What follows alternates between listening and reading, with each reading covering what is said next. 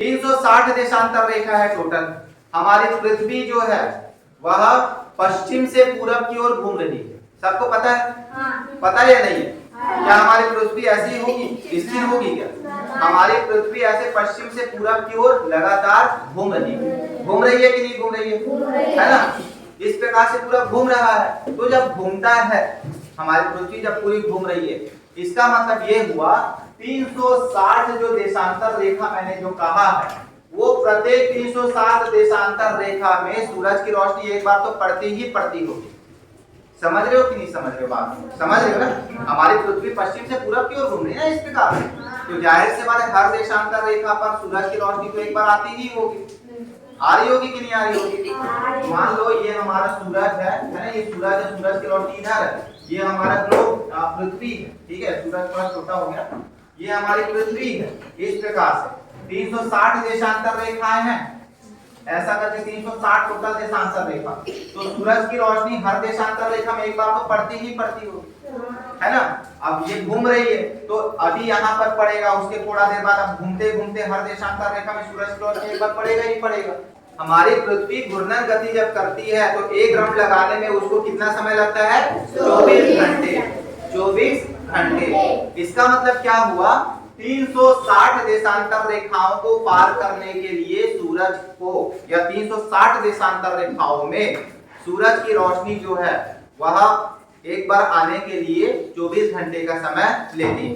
या ये बोल सकते हैं कि पृथ्वी का हर देशांतर जो है सूरज के सामने एक बार जरूर आता है ना? और उसमें लगने वाला समय कितना होता है? 24 घंटे। कितना? 24 घंटे। अब हम थोड़ा सा इस प्रकार समझे इसको कि 360 देशांतर रेखाओं को पार करने के लिए, है ना, सूरज की रोशनी को 24 घंटे का समय लगता है, या पृथ्वी को 24 घंटे का समय लगता है, तो एक घंटे में कितने देशांतर रेखाओं को पार करेगी?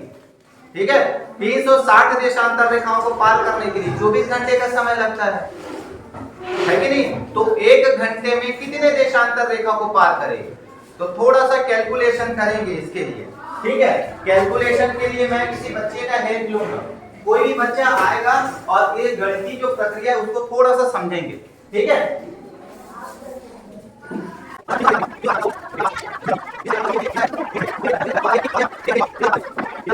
ठीक है, ये सवाल है। तो सिंपल सी बात है, हमें क्या करना है? 360 को हमें क्या कर लेना है? 24 से भाग देना है। 360 को किससे भाग देंगे हम लोग? 24 से भाग देंगे तो हमारा आंसर निकल आएगा, ठीक है? आप में से एक आध लड़का आएगा जो इसको भाग देके बताएगा मेरे को। शुभम, चलो आओ बेटा, आप सब भी अपने स्तर पर कैलकुलेशन कीजिए।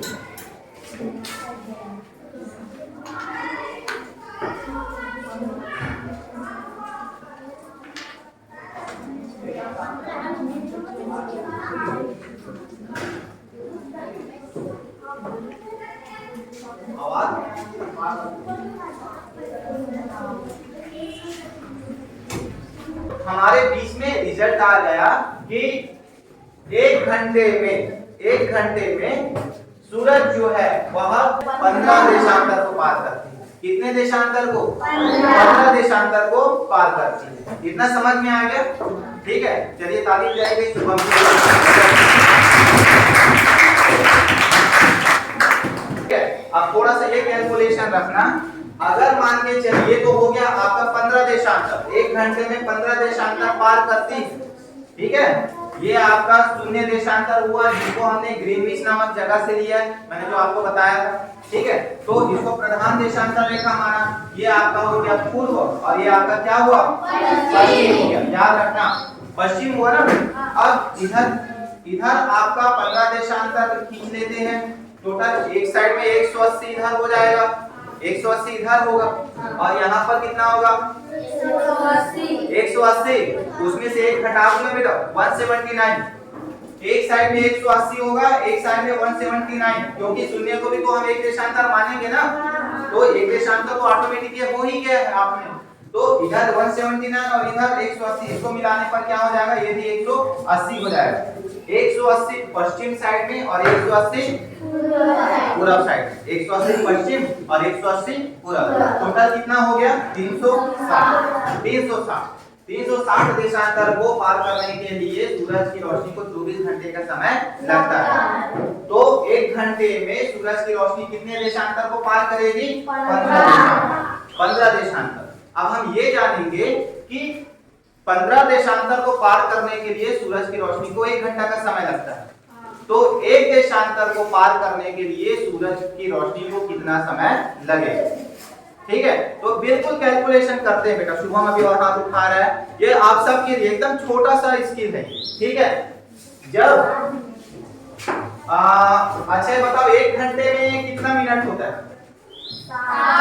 1 घंटे में कितना मिनट होता है? 60 मिनट होता है।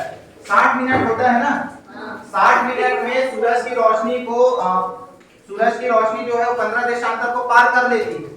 हम क्या निकाल रहे हैं कि 1 देशांतर रेखा को पार करने के लिए सूरज की रोशनी को कितना मिनट का समय लगेगा।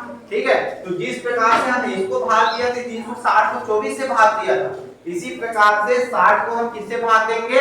15 से। भाग देने का सबसे अच्छा तरीका 15 के पहाड़े को इतना पढ़ो कि वो 60 से ज्यादा 15 एकम 15 दूनी 15 तिया 15 चौक 60 हो गया। 4 बार हुआ। ये जो 4 आपका जो आंसर आया है ना, ये 4 ही आपका मिनट। ठीक है, इसका मतलब क्या हुआ? इसका मतलब क्या हुआ? एक देशांतर से दूसरे देशांतर में सूरज की रोशनी को पहुंचने के लिए कितना मिनट का समय लगेगा? 4 मिनट का समय लगेगा। कितने मिनट का? 4 मिनट का समय लगेगा। समझ में आ गया कि आप लोगों को कितना मिनट का समय लगेगा? 4 मिनट का समय। सबको क्लियर हो रही है बात? कितना समझ में आ गया आप लोगों को? सबको समझ में आया? अब थोड़ा सा और समझने की कोशिश करते हैं। ये आपका प्रधान देशांतर रेखा कहाँ से खींची गई है? ग्रीनविच करके जगह है ना, जो कहाँ पर है आपका? इसको प्रधान देशांतर रेखा माना गया, मतलब इसको 0 मान लिया गया। ठीक है, अब पूरब साइड में कितने देशांतर रेखा होंगे? 180 देशांतर रेखा उधर होंगे, 180 इधर होंगे, इसको मिलाने के बाद। ठीक है, मैंने जो बोला आपको देशांतर रेखा, तो सोचिए ये आपके 3, 4, 15 देशांतर रेखा खींचेंगे हम लोग टोटल।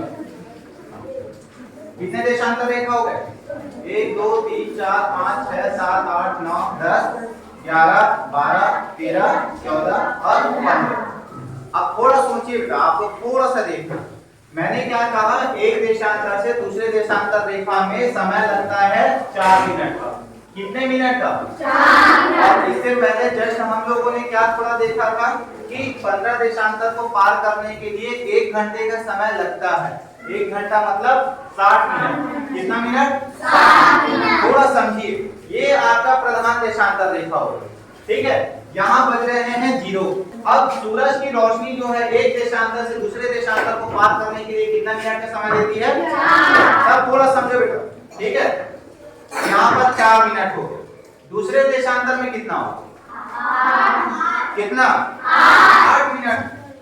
ये 8 हो गया। यहाँ से यहाँ तक 4 मिनट, यहाँ से यहाँ तक 8 मिनट है कि नहीं? अब 8 के बाद 12 के बाद 16 के बाद 20 के बाद 24 के बाद 28 के बाद 32 के बाद 36 के बाद 40 के बाद 44 के बाद 48 के बाद 52 के बाद 56 और 56 के बाद 60। समझ रहे हो सबके सब? एकाध हम यहाँ से मिस कर दिए हैं, है ना। 15 देशांतर भले ना हो, लेकिन कहीं एक मिस हो गया, इसलिए थोड़ा सा 2 देशांतर बढ़ गया। आप उसको थोड़ा सा समझना है। ये 0 हो गया। एक देशांतर को पार करने के लिए 4 मिनट का समय लगा, दूसरे देशांतर को पार करने के लिए 8 मिनट, तीसरे को 12 मिनट, चौथे को 16 मिनट। ठीक है, 16 मिनट ये हो गया आपका।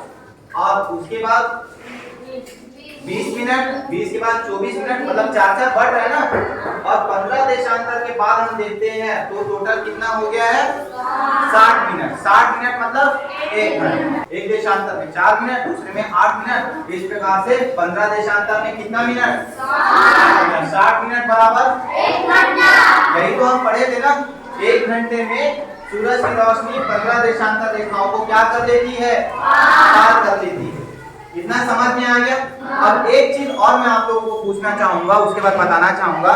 हमारी पृथ्वी जो है वह पश्चिम से पूरब की ओर घूम रही है, पश्चिम से पूरब। तो सबसे पहले सूरज आपको पूरब साइड दिखाई देगा कि पश्चिम साइड दिखाई देगा, पूरब साइड में दिखाई देगा। तो क्या क्या करते हैं, पूरब साइड में हम समय को जोड़ते हैं, समय को क्या करेंगे जोड़ते जाएंगे। मतलब यहाँ पर समय आपका जुड़ते गया है, 4 के बाद क्या हुआ है 8 जुड़ा है ना इसमें, 8 के बाद 4 को और जोड़े तो क्या हुआ 12। तो यहाँ पर हम समय को क्या करते जाएंगे, जोड़ते चले जाते हैं, ठीक है। और पश्चिम साइड में उस समय को हम क्या करते जाते हैं, घटाते चले जाते हैं। क्या करते जाएंगे, घटाते चले जाएंगे। पश्चिम साइड में घटाएंगे तो यहाँ पर अगर मान लो 0 बजा हुआ है तो यहाँ कितना बजेगा बताइए।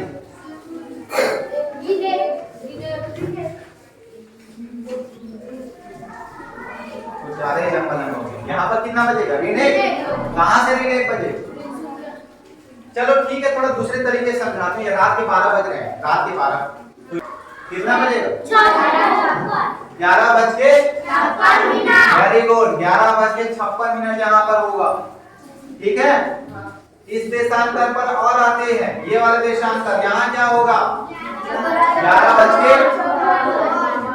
अरे घटाओ ना बेटा, घटाओ ना, 11 बज के 12। तीसरे देशांतर में आएंगे तो यहाँ क्या होगा 11 बज के 48 मिनट। फिर यहाँ पर आएंगे तो क्या बजेगा 11 बज के 44 मिनट। ये 40 ऐसे माइनस करते करते जब हम यहाँ पर आएंगे ना, यहाँ पर सब 15वां नंबर के देशांतर पर, तो 1 घंटा घट जाएगा कि बढ़ जाएगा। लंदन में अगर 12 बज रहे होंगे रात के, तो यहाँ वाले देशांतर में 1 घंटा पहले वाले देशांतर में कितना बजेगा 11 बजेगा ना, 11 बजेगा। चलिए ठीक है, आप मेरे को बताना समझ अगर आ रहा होगा। अगर मान लो ये 11 बजे, यहाँ से फिर से 15 देशांतर में लेके चलो, 15 देशांतर था, तो 15वें देशांतर में कितना बजेगा 10 बजेगा। 15 देशांतर को पार करने पर 1 घंटे का समय माइनस होता है, तो यहाँ पर क्या बजेगा 10। अब इस साइड देखते हैं, है ना, पूरब साइड के समय को हम क्या करते हैं जोड़ते हैं, 4 मिनट जुड़ रहे हैं। ये 15 देशांतर पर कितना बज गया 1 बज गया, एक रात के 1 बज गया। फिर से 15 देशांतर लेंगे तो कितना बजेगा 2 बजेगा। फिर 15 देशांतर लेंगे तो कितना बजेगा 3 बजेगा। समझ रहे हो ना। तो देशांतर रेखा के आधार पर ऐसे ही किसी देश का समय का निर्धारण किया जाता है ना। किसी देश के समय का निर्धारण करने के लिए हमें यह आवश्यक है जानना कि उस देश कितने देशांतर रेखा में वह है। ठीक है, ठीक है। एक उदाहरण लेते हैं हम। मान लो कोई देश जो है 40 देशांतर रेखा पर है, 40 देशांतर रेखा पर कोई देश है ना, और ये कौन से साइड में है, पूर्व साइड, पूर्व साइड में।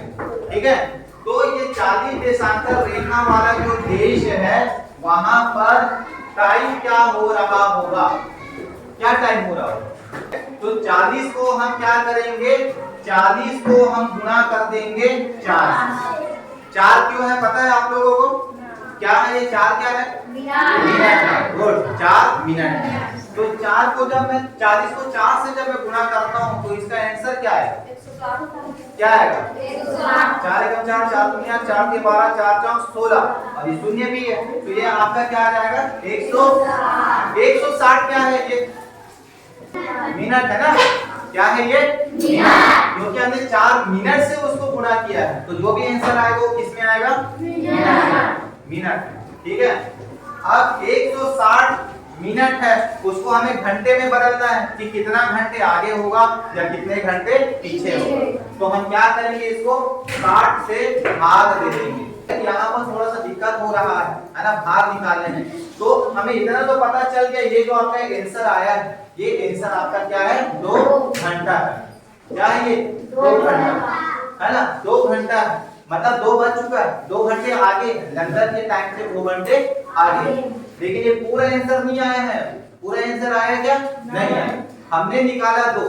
मैंने आपको बताया था कि प्रत्येक 15 पर 1 घंटा बढ़ जाता है। तो अगर मान के चलो लंदन के पास, थोड़ा समझना है इसको, लंदन के पास अगर यहाँ पर टाइमिंग 0 है, ठीक है, और यहाँ पर अभी दिन के 12 बजे, थोड़ा देखना, दिन के 12 बजे, तो 1 घंटे के बाद यहाँ पर बजेगा 1 बजेगा ना।